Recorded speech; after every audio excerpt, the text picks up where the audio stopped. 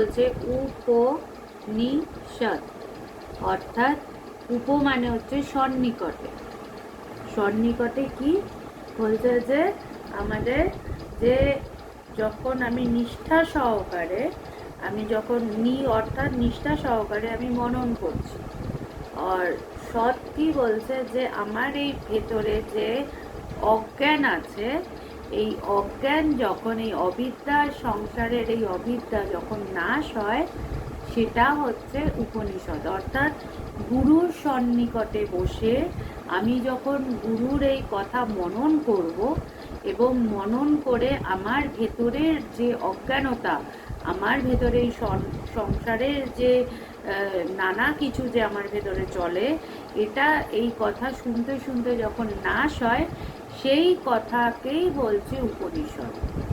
এবং উপনিষদ শাস্ত্রে বলছে যে আমাদের প্রস্থান ত্রয় রয়েছে, অর্থাৎ যে এই শাস্ত্রকে আমরা তিন ভাগে ভাগ করা আছে। একটা হচ্ছে শ্রুতি, স্মৃতি আর ন্যায়। আর এই যে উপনিষদ হচ্ছে শ্রুতি, অর্থাৎ যে আমরা যে মানে ঋষি মুনিরা, এই জন্য বলা হয় যে এটা পার্টিকুলার বেদ উপনিষদ কে লিখেছে।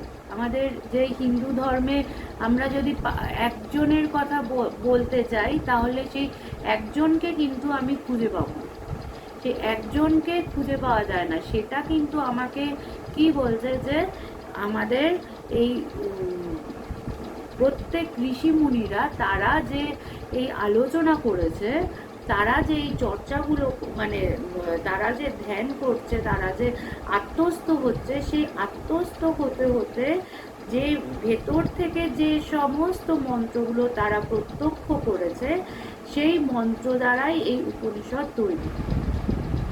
এবং এখানে সাধারণত মানে আমরা যেই উপনিষদগুলো নিয়ে সাধারণত আমরা আলোচনা করে থাকি, তার মধ্যে 11টি হচ্ছে মূল।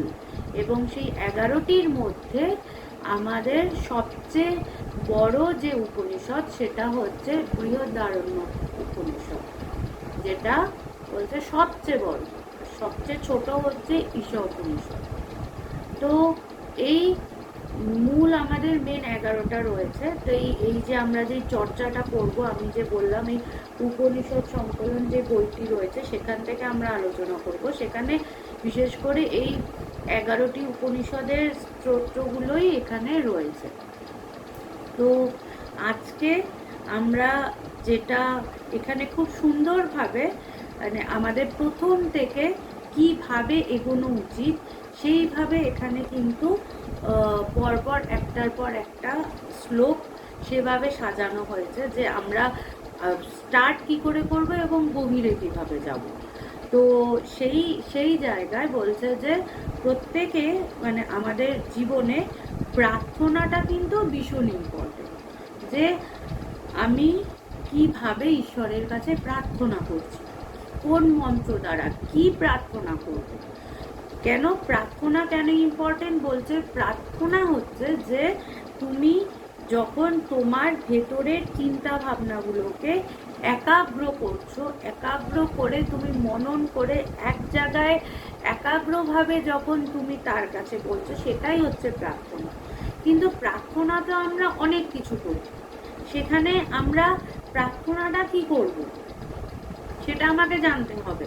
আমরা তো সারাদিনে নানা কিছু বলতে থাকি, ভগবান আমায় এটা দাও, ওটা দাও, এটা করে দাও, সেটা করে দাও, কিন্তু বলছে অ্যাকচুয়ালি প্রার্থনা কি। তো সেখানে বলছে যে এই যে উপনিষদে আমাদের কিছু শান্তি মন্ত্র আছে, সেই শান্তি মন্ত্রগুলো দিয়ে আমাদের প্রার্থনা মূলত করা হয়। তাই জন্যে এখানে খুব সুন্দরভাবে বলছে প্রার্থনা সম্বন্ধে যে কোনো শুভ বা মহৎ কার্য আরম্ভে চিত্তের প্রসন্নতা ও মনের ঐকান্তিকতা বাঞ্ছনীয়। কিছু শুভ চিন্তা চিত্তের চাঞ্চল্য দূর করিয়া এই প্রসন্নতা ও ঐকান্তিকতা আনয়নে সাহায্য করিয়া দেয়। হচ্ছে যে প্রথমে আমাদেরকে আমাদের মনটাকে শান্ত করতে হবে। আমরা যে এই কথাগুলো শুনবো, শোনার জন্যে আগে বলছে যে তোমাকে পাত্রটাকে রেডি করতে হবে।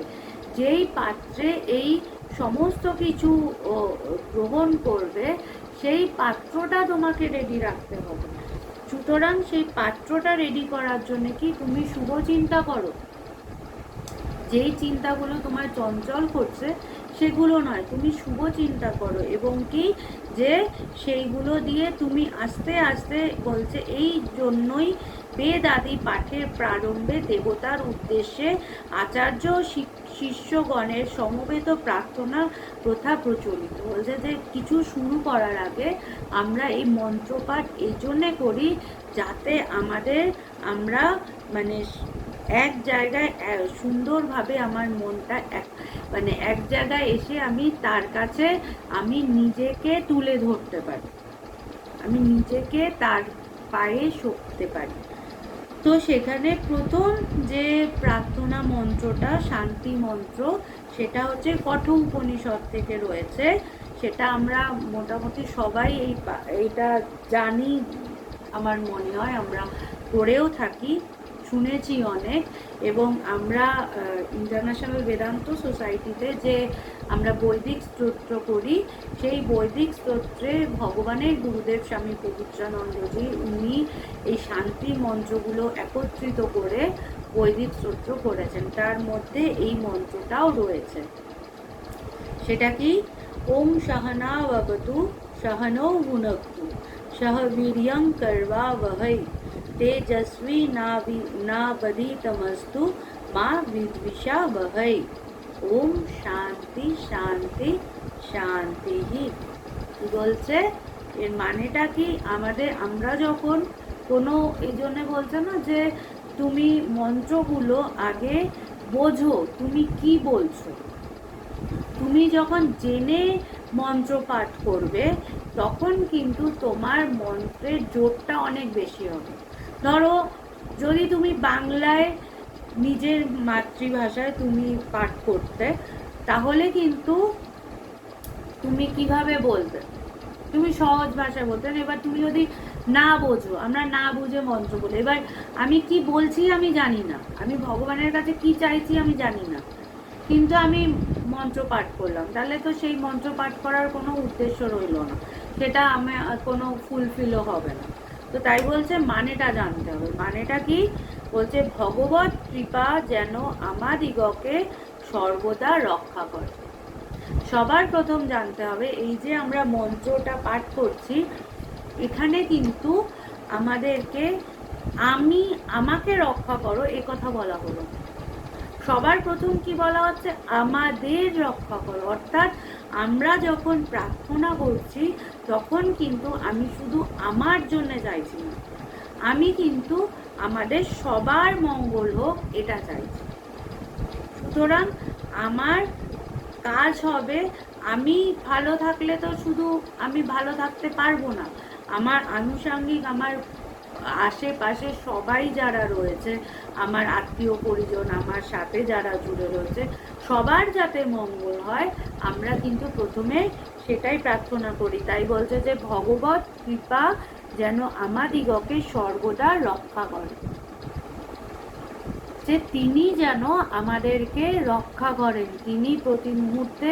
কারণ আমরা যে চলছি, আমরা একটা নিঃশ্বাসও নিজের ইচ্ছায় কিন্তু নিতে পারি না, সেখানে কিন্তু তার ইচ্ছা ভীষণভাবে, মানে তিনি প্রতি মুহূর্তে আমার সাথে আছে। সেখানে যদি আমি নিজেকে সারেন্ডার না করি, নিজেকে আমি যদি ভগবানের হাতে না সঁপে দিই, আমার ভেতরের আমিত্ব যদি থাকে, তাহলে কিন্তু আমি কিছুতেই নিজের তাকে আমি বোধ করতে পারবো।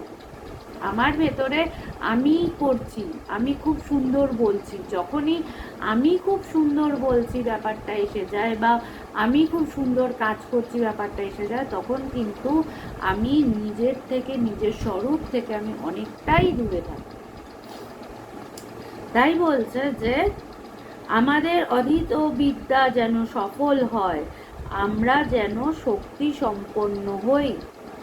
যে প্রথমে শুরু করতে হবে কি, যে আগে আমি নিজেকে প্রস্তুত করব, এই যে তত্ত্ব আমি জানবো, জানার জন্যে আমার নিজের মনটা যেন প্রস্তুত হয়। আমি তাকে বোধ করার জন্য, এই তত্ত্বের মাধ্যমে আমি যে তাকে বোধ করব, তার জন্যে কি বলছে, প্রথমে আমার ভেতরে যেন কোনো জগতের কোনো চিন্তা ভাবনা, আমার অজ্ঞানতা যেন সরে যায়, এবং আমি যেন তাকে নিয়ে তার মনটা যেন তাতে থাকে, এবং কি আমি যেন শক্তি সম্পন্ন হই। কারণ আমি যদি দুর্বল হই, তাহলে তো আমার মানে আমি দুর্বল চিত্তে আমি কিছু বুঝতে গেলে আমার তো দুর্বল মন কখন, যখন তুমি কোনো অন্য কিছুর উপরে নির্ভর করছো। তোমার ভেতরে যখন তুমি মানে ঈশ্বরে প্রতিষ্ঠিত নাও, তুমি অন্য জগতে যখন অটোমেটিক জগতের প্রতি যখন তোমার মনটাকে তোমার নির্ভর করে থাকবে, তোমার মন দুর্বল হবেই।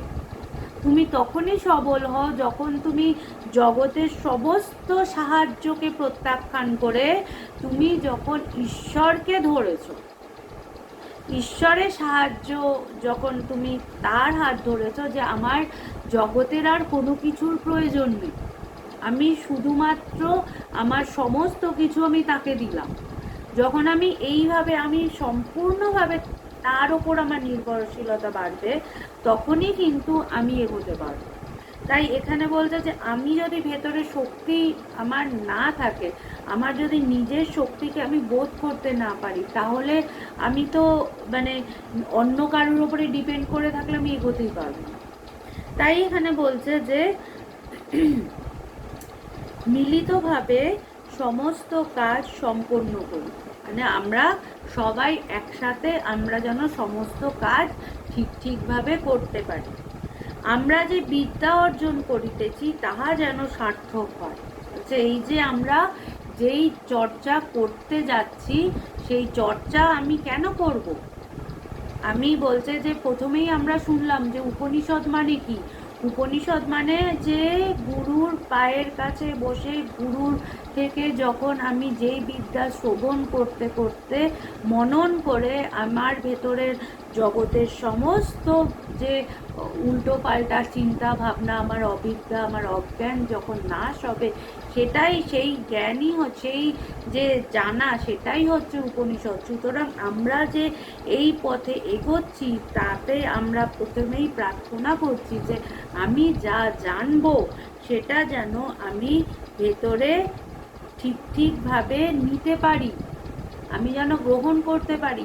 আমরা এই আলোচনা শুনছি, কিন্তু আমার মন যদি অন্যদিকে থাকে, তাহলে কিন্তু আমার এই আলোচনা সার্থক হবে না। কেন বলছে তোমাকে শ্রবণ, প্রথমে বলছে শ্রবণ, মনন, নিদিধ্যাসন। ঠিকভাবে শোনো, ভালো করে শুনতে হবে, মন দিয়ে শোনো। আমরা যখন ভগবানের কথা শুনতাম, তখন ওই শুনতে শুনতে আমাদের ধ্যান হতো। আমরা কোনোদিনও আলাদা করে কোনোদিনও আমাদের ধ্যান করতে হয়নি, কোনো প্রসেসের মাধ্যমে ধ্যান করতে হয়নি। আমরা চুপচাপ এমনভাবে ভগবানের কথা শুনতাম যে আমার ভেতরের অন্য সমস্ত চিন্তা সরে যেত। কোন ফাঁকে সরে যেত আমরা নিজেরাও বুঝতাম না। আমি তার কথা ভাবতে ভাবতে আমার ভেতরটা আস্তে আস্তে দেখতাম ডুবে গেছে। আমার আর তখন আর বাইরে দিয়ে তার কথাগুলোও আর আমি শুনতে পেতাম না, আমি তখন ডুবে গেছি। সুতরাং আমাকে এভাবে শুনতে হবে এবং ভেতরে প্রার্থনা করতে হবে যে আমরা যে এই পথে যাত্রা শুরু করছি, আমরা যেন যেই উদ্দেশ্যে, যে আমার ভেতরের সমস্ত সাংসারিক জাগতিক সমস্ত চিন্তাধারা যাতে সরে যায়, এই প্রার্থনাটা যেন গুরু বা ঈশ্বর সে যেন এটা গ্রহণ করে, আমরা যাতে সেটা বুঝতে পারি, এবং কি আর আমরা যেন কাহাকেও হিংসা না করি। এই এই কথাগুলো কেন বলছে?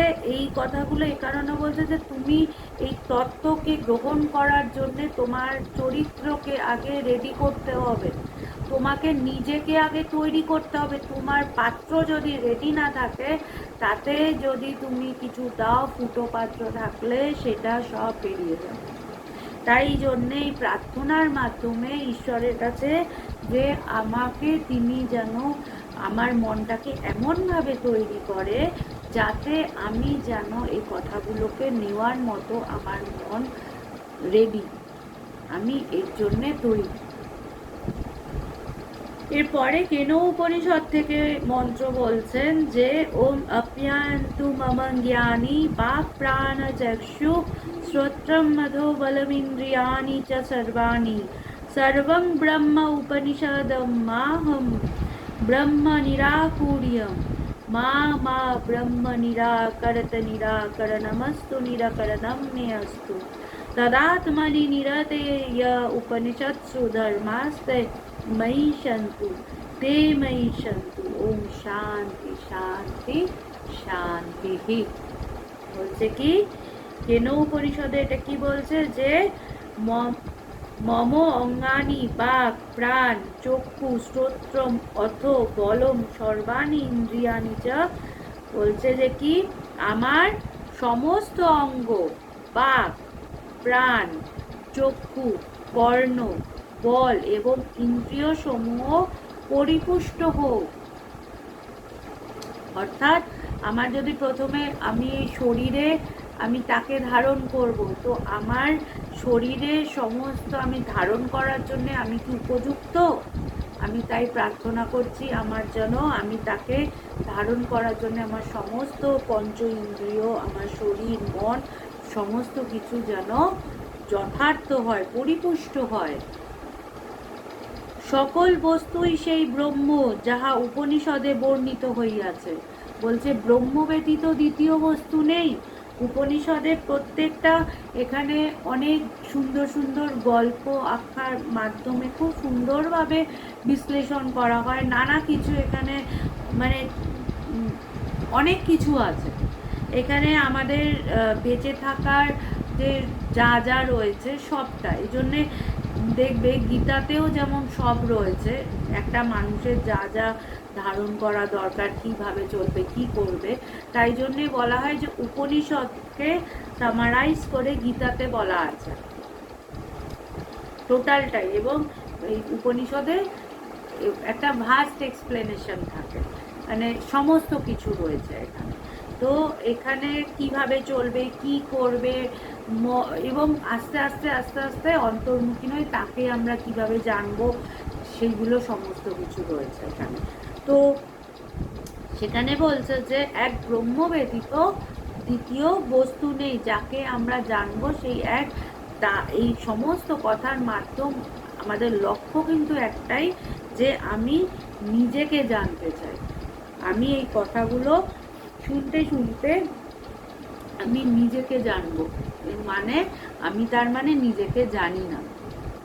তাই আমরা যদি মানে এই যখন আমি বোধ করব যে আমি সেই, তখন আমার সমস্ত আলোচনা, সমস্ত ব্যাখ্যা, সমস্ত কথা সব কিছু সেখানেই শেষ হয়ে যাবে। আমার আর আলাদা করে কিছুর প্রয়োজন নেই। আমি তখন অন্তর্মুখী হতে থাকবো, আমি তখন নিজের ভেতরেই থাকবো। কেন? যত তুমি জগৎ ব্যবহার করবে, যত তুমি আর একজন কাউকে চিন্তা করবে, কোনো মানে জগতের কিছু নিয়ে থাকবে, তখনই তোমার মন চঞ্চল হবে।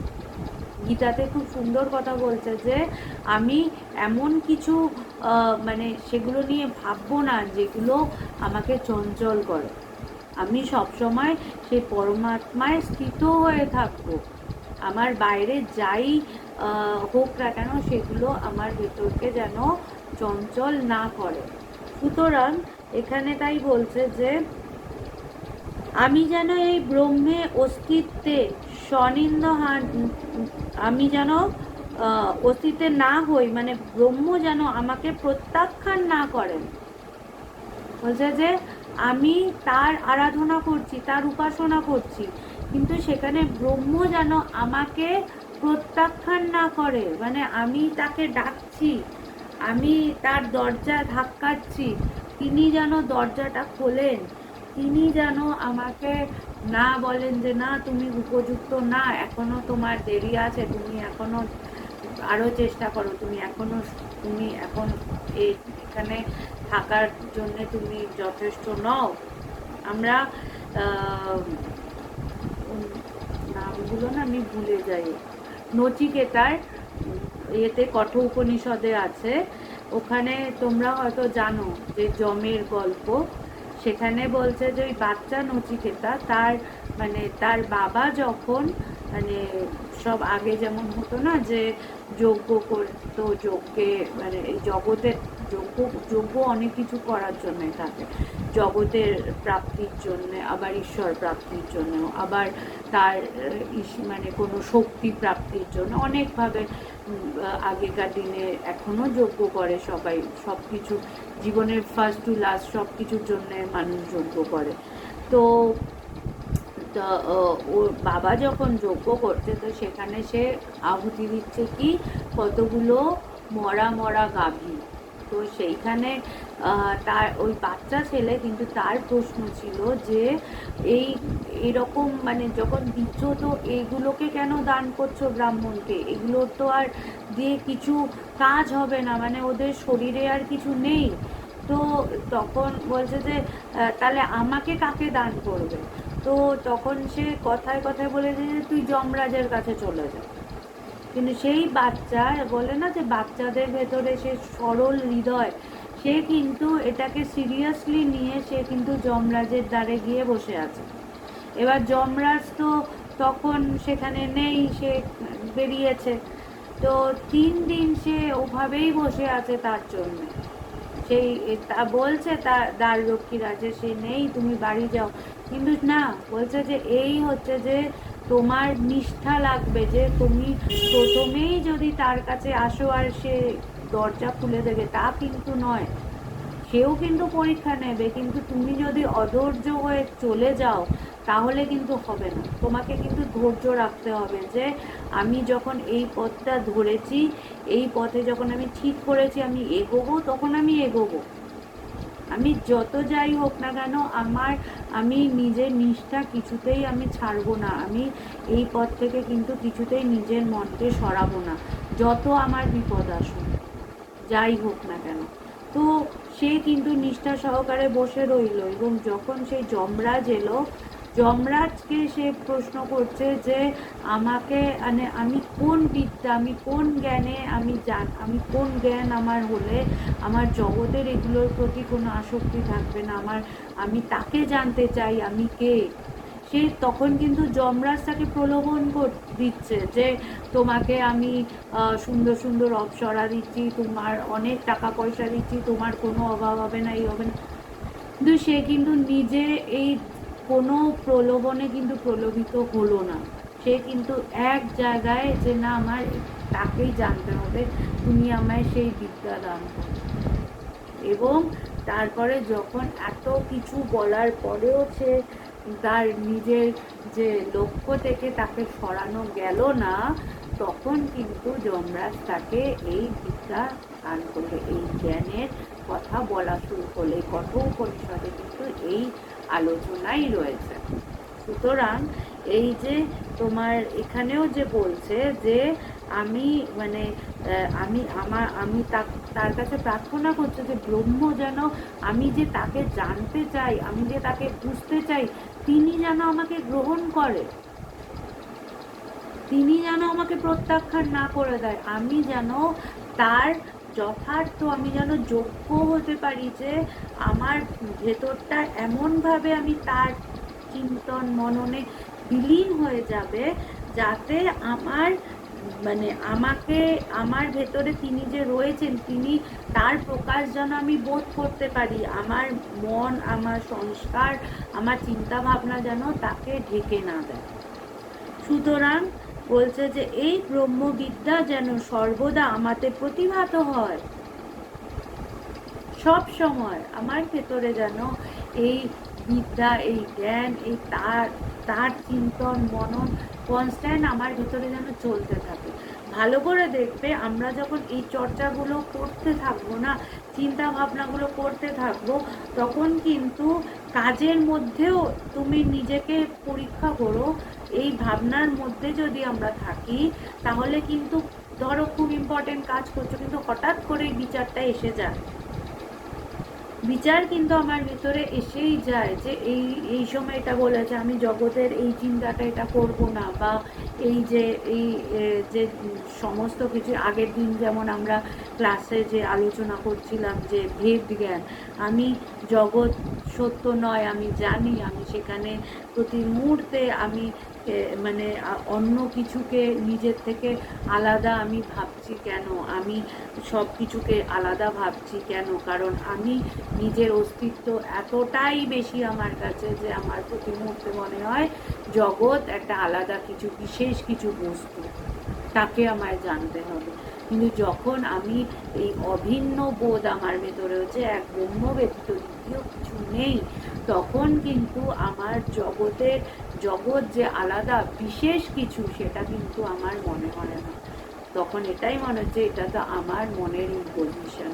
তো এই যে আমাদের ভেতরে এই ব্যাপারটা, এই কথাগুলো যখন আমি শুনবো, ভাববো, তখন কিন্তু আমি যেই ব্যবহার করতে যাব কারোর সাথে, তখন কিন্তু আমার ভেতরে এই চিন্তাটা অটোমেটিক আসবে যে আরে আমি ওর সাথে এই ব্যবহারটা করলাম, বা ও আমার সাথে, কেউ যখন আমাদেরকে কিছু বলে তখনও আমি চট করে ভেতরে রেখে, আরে ও আমাকে এভাবে বলে, দূর বাবা, মানে ও সরো, যাও, এই কারুর কথাতে আমার কিছু এসে যায় না, কারণ ওইগুলো আমার ভেতরেই ঢুকলো না। যখন আমি তার চিন্তায় মগ্ন হয়ে আছি, আমার সামনে কে কি বলছে তাতে কিচ্ছু এসে যায় না, কারণ ওই কথাগুলো তো আলাদা কোনো কথা, আলাদা কিছু বলে আমার মনেই হবে না, কারণ আমি ঈশ্বর চিন্তায় বিলীন হয়ে আছি। ওইটাই হচ্ছে আসল, যে ভেতরে বিলীন হয়ে থাকা। সুতরাং তাই বলছে যে উপনিষদ প্রতিপাদ্য সকল ধর্মই যেন পরমাত্মায় নিষ্ঠাবান আমাদের সর্বদা প্রকাশিত হয়। বলছে যে সেই জ্ঞান, সেই সকল ধর্ম আমার ভিতরে যেন আমি যেন তাকে বোধ করতে পারি, সে যেন আমার ভেতরে প্রকাশিত হয়। বলছে শাস্ত্রর কাছে প্রার্থনা করতে হয়। আমরা যেই শাস্ত্র অধ্যয়ন করছি, শাস্ত্রর কাছে তোমাকে প্রার্থনা করতে হবে যে আমি যেন তোমার কথাগুলো, তুমি আমাকে কৃপা করো, তুমি আমার ভেতরে, আমি যেন তাকে বুঝতে পারি, আমার ভেতরে এই তার প্রকাশ আমি যেন বোধ করতে পারি। তোমার কথাগুলো শুনতে শুনতে আমি সেই কথাগুলো ভিতরে যেন আমি নিতে পারি, সেটা তোমাকে শাস্ত্রের কাছেও প্রার্থনা করতে হবে। তাই বলছে এটা শেখো, যে প্রথমে তুমি শুরু কি করে করবে, এই চলো বসি, এই আলোচনা করব উপনিষদ, এই শাস্ত্র বলছে যে না, নিজেকে আগে তৈরি করো। তাই আস্তে আস্তে এই মন্ত্রর দ্বারা স্টেপ বাই স্টেপ নিজেকে কোন জায়গায় দাঁড় করাতে হবে, কখন আমি এই কথাগুলো শোনার জন্যে তৈরি হব, সেটা আমাদের এই মন্ত্র দ্বারা আমাদেরকে এখানে শেখানো হচ্ছে। এরপরে বলছে মুন্ডক উপনিষদ থেকে বলছে, ओम भद्रं कर्णेभिः श्रीनुवां देवा भद्रं पश्यमाक्षभिर्यजत्राः श्रीरैरङ्गैस्तुवां शस्तनुभिर्वशेम देवहितं यदायुः। ओम शांति शांति शांति। বলতে কি যে হে দেবগণ, আমরা যেন কর্ণে মঙ্গলবাণী শ্রবণ করি। আমরা সারাদিন ধরে তো মঙ্গলবাণী শ্রবণ করি না, সবাই আমাদেরকে তো ভালো কথা শোনায় না, কিন্তু বলছে যে আমি ভেতরে যখন তাকে নিয়ে থাকবো, তখন যেই কথাগুলো আমার কোনো কাজের না, সেগুলো আমার কানে যেন না আসে, সেগুলো আমি বুঝতেও চাই না, যে আমি শুধু তার কথাই শুনতে চাই। কিন্তু এটা যখন আমি জগৎ ব্যবহার করছি, আমাকে অনেক কথা শুনতে হয়, কিন্তু আমি যখন এই কর্মেন্দ্রিয়ের সাথে যুক্ত থাকবো না, আমার মন যখন কাজের মধ্যেও তার কথা ভাববে, তখন কিন্তু ওই আজে বাজে কথাগুলো আমার ভেতরে আসবে না, কানে ঢুকলেও আমি তার সাথে যুক্ত না। তাই বলছে যে আমাকে তো রিলেট করতে হবে না, যে আমি উপনিষদে যে আমি প্রার্থনা করছি সেটা প্র্যাকটিক্যালি সেটা সম্ভব কি সম্ভব না। তখন এভাবেই সম্ভব যে আমি আস্তে আস্তে আমার মনটাকে এতটাই মানে আপলিফ্ট করব যে আমার মন যাতে তাকে নিয়ে ভাবতে থাকে, তার মধ্যে ডুবে থাকে, যাতে আমি অন্য কারুর কোনো কথা শুনতে না পাই। অন্য কারুর কোনো কথা শুনলেও সেটা যেন ভেতরে কোনো রিয়াকশান না হয়। হে পূজ্য দেবগণ, আমরা চোখে যেন সৎ বস্তু দর্শন করি। বলছে আমরা যে দর্শন করছি, আমার সামনে যে প্রতি মুহূর্তে সমস্ত কিছু আছে, সেখানে যেন আমি সৎ বস্তু দর্শন করি। এগুলো আমরা প্রার্থনা করি প্রতিদিন, যে আমি কি দেখবো, আমি জগতে হচ্ছে তুমি তোমার ভেতরের সেই চোখ দিয়ে যখন দেখবে, তখন জগৎকে তোমার বাজে বলে মনে হবে না। কেন? জগৎটা তো তারই সৃষ্টি, তিনি ছাড়া কোথাও কিছু আছে?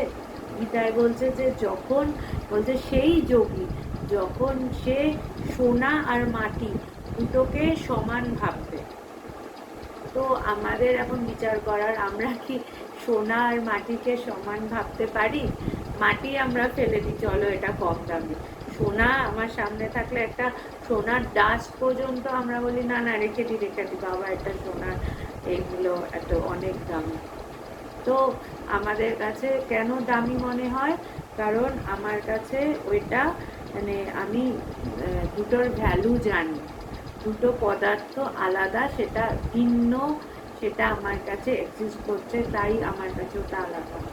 কিন্তু যখন আমার মন তাতে রয়েছে, তখন আমার কাছে পদার্থ দুটো আলাদা বলে আমি তো দেখতে পাচ্ছি না, আমি তো অনুভবই করতে পারছি না। আমার কাছে ওইগুলো আলাদা দামি এসব আমি বুঝবো কি করে? আমার কাছে তো এক ব্রহ্ম ব্যতীত দ্বিতীয় কিছু না, সবটাই তো এক মনে হচ্ছে। তখন আমার কাছে আলাদা বলে আর কিছু মনে হবে না, যে ও দুটো আলাদা বিশেষ কিছু, তখন কিন্তু আমি ফিল করি।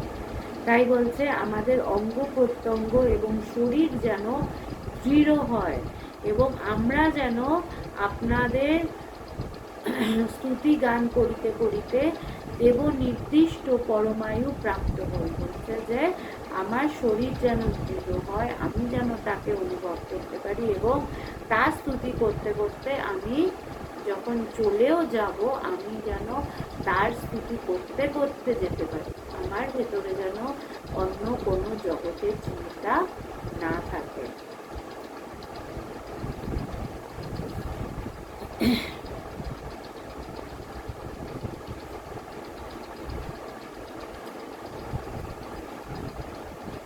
আর এই আর একটা শ্লোক পড়ে আজকে তাহলে শেষ করি।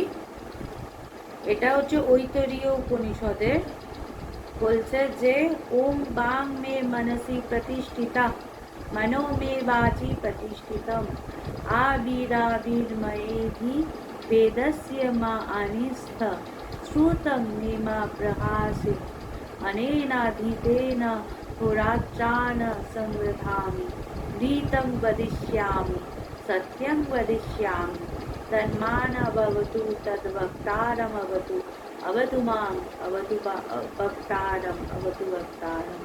ओम शांति शांति शांति।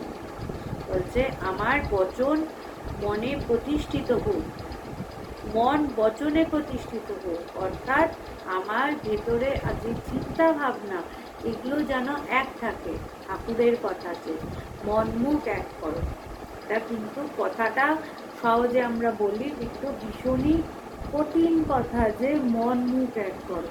আমরা যা ভাবি তা আমরা মানুষকে বলি না, আর যা আমরা বলি তা আমার ভেতরে থাকে না।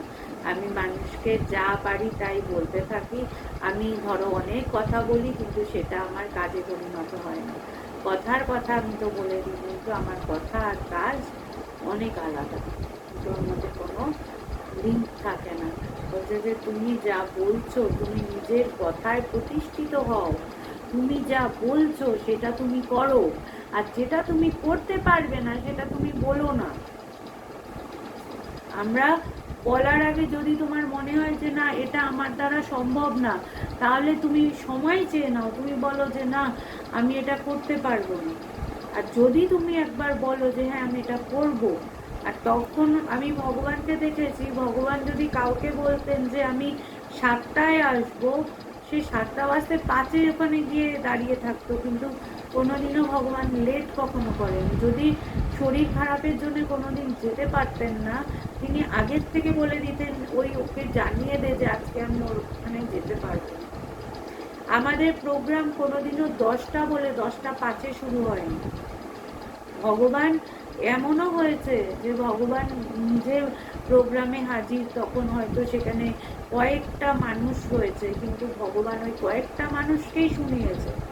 আবার যখন কথা বলতে বলতে দেখছে যে অনেক মানুষ এসে গেছে, কিন্তু আমাদের 10টায় শেষ করার কথা, আমরা 10টাতেই শেষ করবো, সে লাস্ট মোমেন্টে অনেক মানুষ আসলেও ভগবান কিন্তু তার আলোচনা দীর্ঘায়িত করতো না।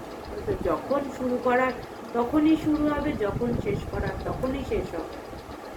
এইগুলো কিন্তু জীবনের ভীষণ প্রধান অঙ্গ। আমাদের ঈশ্বরকে জান বলছে যে এইগুলো আধ্যাত্মিকতা, বলছে হ্যাঁ এটাও আধ্যাত্মিকতা। তোমার চরিত্র যদি ঠিক না হয়, তুমি তাকে মানে এই যে আমরা ধারণা করছি অটোমেটিক্যালি আমি এই দেহটা তো আর কিছু পাল্টাচ্ছে না, আমার ভেতরটা পাল্টাচ্ছে, সুতরাং আমার ব্যবহার অটোমেটিক পাল্টাবে। আমি যখন এই চর্চা করতে থাকবো, আমি আগের মতো মানুষের সাথে ব্যবহার করতে পারবো না। আমরা যদি ওই একই ক্যারেক্টার থাকি, তাহলে আমাদের এই আধ্যাত্মিকতা করে কোনো লাভ নেই। বড় বড় আমরা ডায়লগ দিতে পারি, কিন্তু সেই ডায়লগটা আমি আমার জীবনে আনলাম না। এই যে এই কথাটা বলা হচ্ছে যে বচনে তুমি প্রতিষ্ঠিত হও, তোমার কথা তুমি যা বলছো সেটা তুমি রাখো। কিন্তু বেশিরভাগ মানুষ আমরা কথা দিয়ে কথা রাখি না। বলছে এটা জরুরি, হ্যাঁ জরুরি। তুমি বললে যখন তুমি আসবে, আমরা ক্লাস করব, সেখানে যদি ধরো আমি বলতাম লাস্ট মোমেন্টে না আমি আসবো না, তাহলে কি আমি কথা দিয়ে কথা রাখলাম না? হ্যাঁ, অসুবিধা হলে এমার্জেন্সি হলে আগের থেকে জানিয়ে দিলাম একরকম, কিন্তু তুমি বলছো কিন্তু তুমি নিজেই এলে না, তাহলে তুমি মানুষকে কি শেখাবে? মানুষ তোমার থেকে শিখতে পারবে না। এই জন্য ভগবান বলতেন, ভগবান এমন কোনো কথা কাউকে বলেননি যা তিনি নিজে করেননি, এবং যেটা তিনি নিজে করেননি সেটা কখনো কাউকে বলতেন না যে তুমি এই কাজটা করো। তাই জন্যে বলছে, হে স্বয়ং প্রকাশ ব্রহ্ম, আমার নিকট প্রকটিত হও। যে তুমি তো স্বয়ং প্রকাশিত হয়ে আছো, তোমাকে তো আর আমার আলাদা করে প্রকাশ করানোর দরকার নেই, তুমি প্রকাশিত হয়েই আছো। আমি তোমাকে জানতে চাই, তুমি আমার নিকট প্রকটিত হও। তোমরা উভয় আমার নিকট বেদার্থ আনয়নে সমর্থ হও।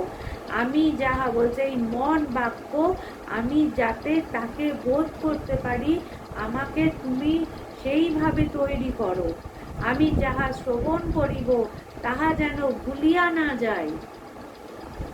আমি যেটা শুনছি, দেখো শুধু শুনলে হলো না, শুনে যাতে মানে কত প্রার্থনা আমাদের ভেতরে, মানে কি কি করা উচিত। দেখো বলছে শুধু শুনলে হলো না, তো শুনে যদি তুমি ভুলে যাও, তাহলে তোমার আর এগুলো শুনে কি লাভ হবে? তাই বলছে শুনে আমার যেন মনে থাকে। কি দারুণ কথা। আমি অহরাত্র অধীত বিষয়ে নিবিষ্ট চিত্তে থাকিব, আমি সত্য প্রকাশ করিব, সত্য কথা বলিব, আমি মিথ্যা নিয়ে থাকবো না, আমি সত্য নিয়ে থাকবো, আমি সত্য কথা বলবো। ব্রহ্ম আমাকে রক্ষা করুন, আচার্যকে রক্ষা করুন, আমাকে রক্ষা করুন, আচার্যকে রক্ষা করুন। বলছে যে আমি যদি ঠিক না থাকি, এবং আমি যার থেকে কথাগুলো শুনছি সে যদি ঠিক না থাকে, তাহলে আমাকে কে এই কথাগুলো বলবে আর কে এই কথাগুলো শুনবে? তাই বলছে যে তুমি আমায় রক্ষা করো এবং আচার্যকেও রক্ষা করো, যাতে আমরা দুজনেই ঠিক থাকি, এবং আমরা এই অধ্যয়ন, আমরা এই চর্চা, এটা যেন আমরা করে যেতে পারি। শান্তি শান্তি শান্তি। আজকে